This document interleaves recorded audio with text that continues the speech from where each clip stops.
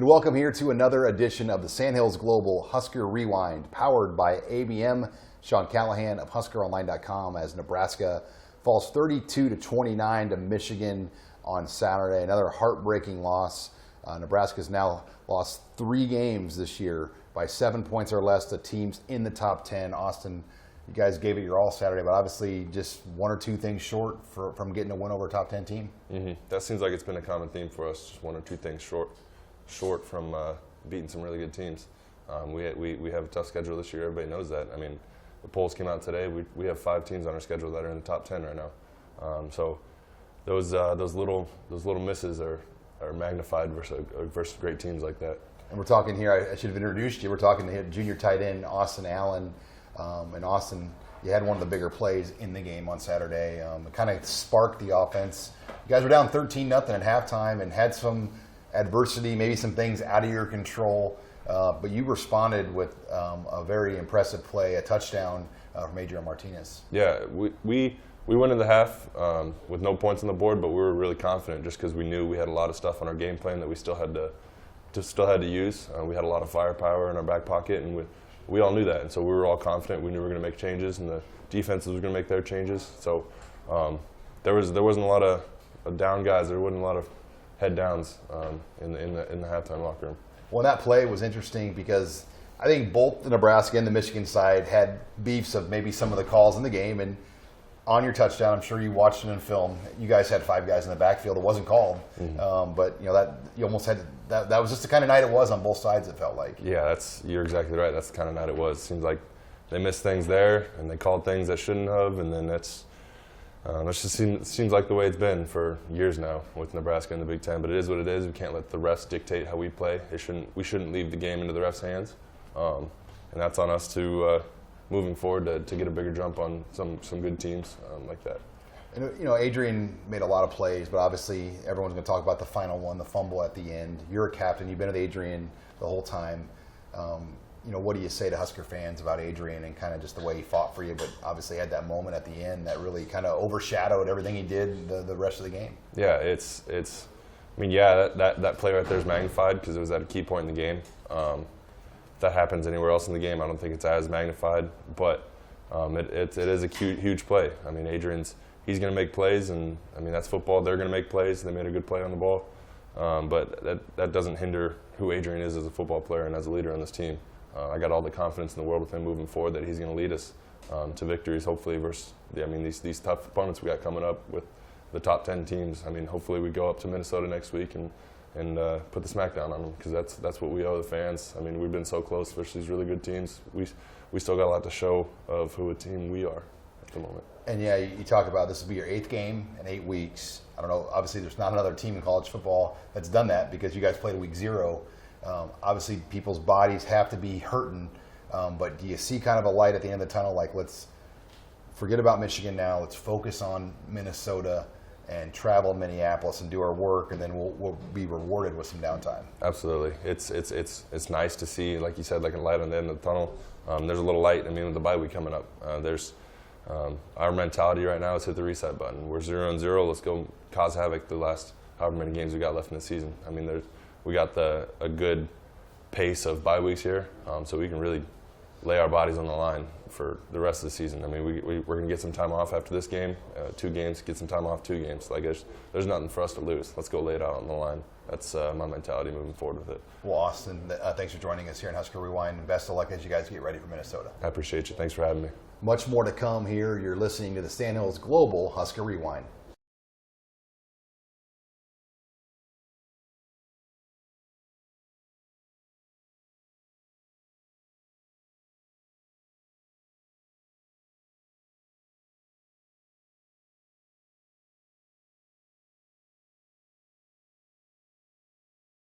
And welcome back here to the Sandhills Global Husker Rewind, powered by ABM. If you have equipment to sell it on auctiontime.com. Sean Callahan now joined here by defensive lineman, 3rd-year freshman defensive lineman Ty Robinson. I like to say 3rd-year freshman, as Nebraska loses Saturday to Michigan, 32-29. Ty, still a lot of positives, the way you guys battled, the way you fought. you had your first career sack. It was also the first sack Michigan had allowed all year. Yep. I think we played a pretty good, solid defense the whole game. Obviously, they made adjustments at halftime that we just couldn't keep up with, but I'm proud of what we did out there on the field yesterday. Yeah, going into the game, you guys had to probably be aware Michigan had not given up a sack. Was that a product of their protection or more their running game was just kind of keeping their quarterback in real manageable third downs? We knew that they didn't want to put the game in the quarterback's hands. They really relied on that run game. And we knew that when it was going to be a pass, it was going to be quick, three-step, it was going to be quick release. He had a low ball, so low release, so we were able to get our hands up. I mean, we had a few deflections yesterday, so going in with that, I mean, I don't know what happened on that sack play. We just ran a nice TE stunt. Feldarius went up, sold the guy really well, and I was able to pick him and come off and make the sack. So, when you play a team like Michigan, they're very physical, very powerful. And Coach Frost said this after the game. He goes, "We almost scored on our end too quickly, and put our defense back out there pretty quick in that third quarter. Third quarter, you guys scored 22 points as an offense."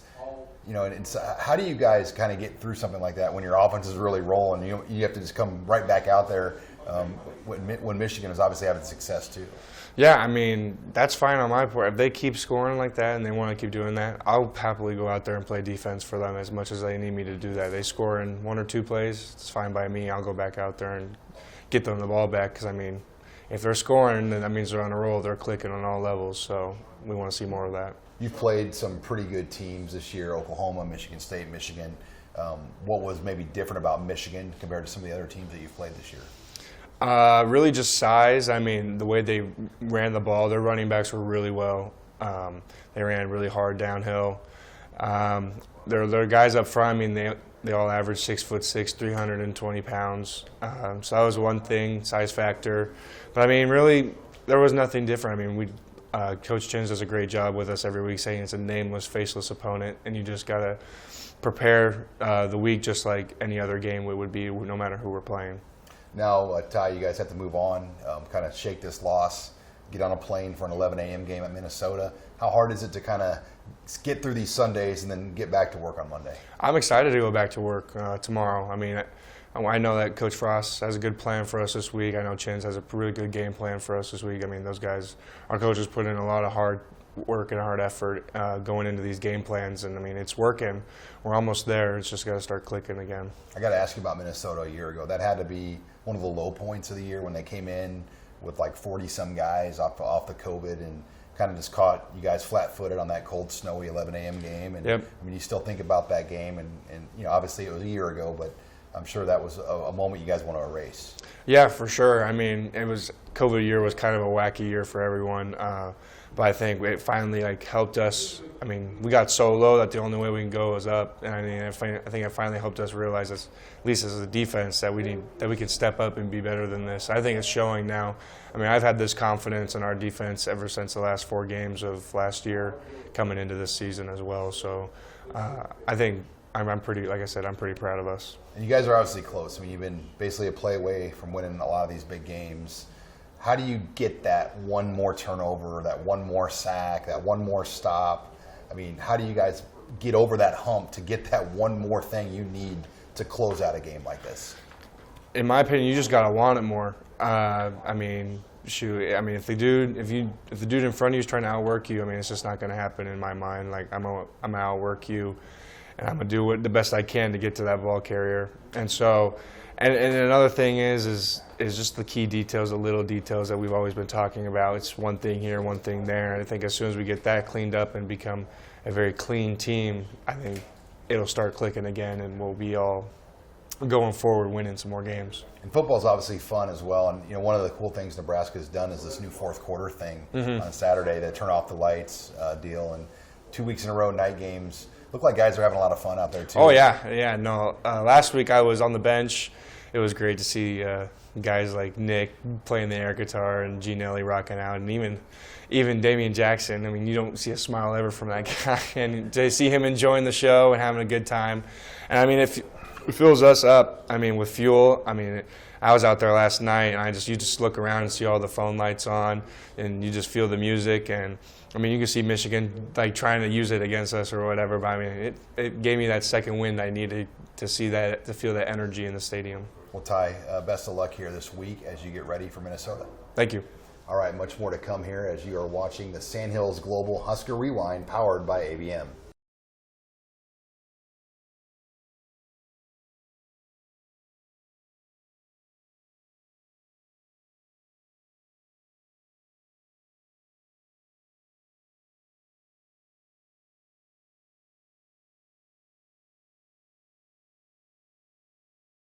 And welcome back here to the final segment of the Sandhills Global Husker Rewind, powered by ABM. If you have equipment to sell, sell it at auctiontime.com. Sean Callahan now joined by linebacker Nick Henrich out of Omaha. Nick, you led Nebraska in tackles, I believe 15 tackles, what you finished with on Saturday night. Obviously, guys came up short, but there were still a lot of positives you can draw from that game. Yeah, definitely. I mean, losing always sucks, but it's just going to be about how can we get that one more stop, that one more score, and that one play to go our way. Yeah, you've got 3 losses now in the last few weeks to top 10 teams. Oklahoma by 7, Michigan State by 6, and Michigan by 3. I mean, you're that close to these top 10 teams. What is it that's going to get you over the hump to get a win over a team like that? Yeah, I mean, I would just say it's always going to be about us, always about just continuing to detail our work in practice and truly master our crafts, because if we do that, we're going to have clean eyes and shots won't happen and they won't break off long runs and stuff like that. And you're still just a freshman technically, right? Yeah. And Luke's a sophomore. So you look at that inside linebacker group, and you guys are going to be playing a lot of football together. I mean, how much growth have you already made in the middle just with your on-field communication, and how much better can the two of you guys get as your bodies develop? Yeah, I mean, I really love playing with Luke. I think we got great chemistry, great communication, but like you said, we're both still young guys considered, so it's only going to get better from here. You battled some injuries just over high school and your early years at Nebraska. How have you overcome that? I mean, I feel like you've added a lot to your frame. I mean, how much bigger have you gotten in the last couple of years? 30 pounds or I so. was going to say it, Yeah. because you were running the 400 meters when I first met you in high school. You were like a 51 400 guy. I was You're probably not running a 51 right now. No chance. But I don't want to run the You play in a box yeah, now. Yeah, exactly. But no, I mean, obviously there's going to be some injuries that you can't really control, and like things are going to happen. That's just sucks. Like you're going to roll an ankle or something. You know what I mean? But like soft tissue stuff, especially, I think that's just been kind of owning a routine and just doing stuff that, like, if you're not staying healthy, you got to do more to stay healthy. You know what I mean? So I've kind of found what I need to do to stay on the field. 8 games now in 8 weeks, 4 road games. This will be your 4th road game this week at Minnesota. Is it as much mental as physical, or is it a combination of both to kind of get your mind right for this 8th game in a row? Yeah, I mean, I think it's definitely both. I think the mental part of it's huge. Like, got to be ready to go, just because this is the time where you might start feeling like, okay, like 8th week, like I'm not going to do this like this. Every week's got to be exactly the same, no matter how you feel. And I asked Ty about last year's Minnesota game.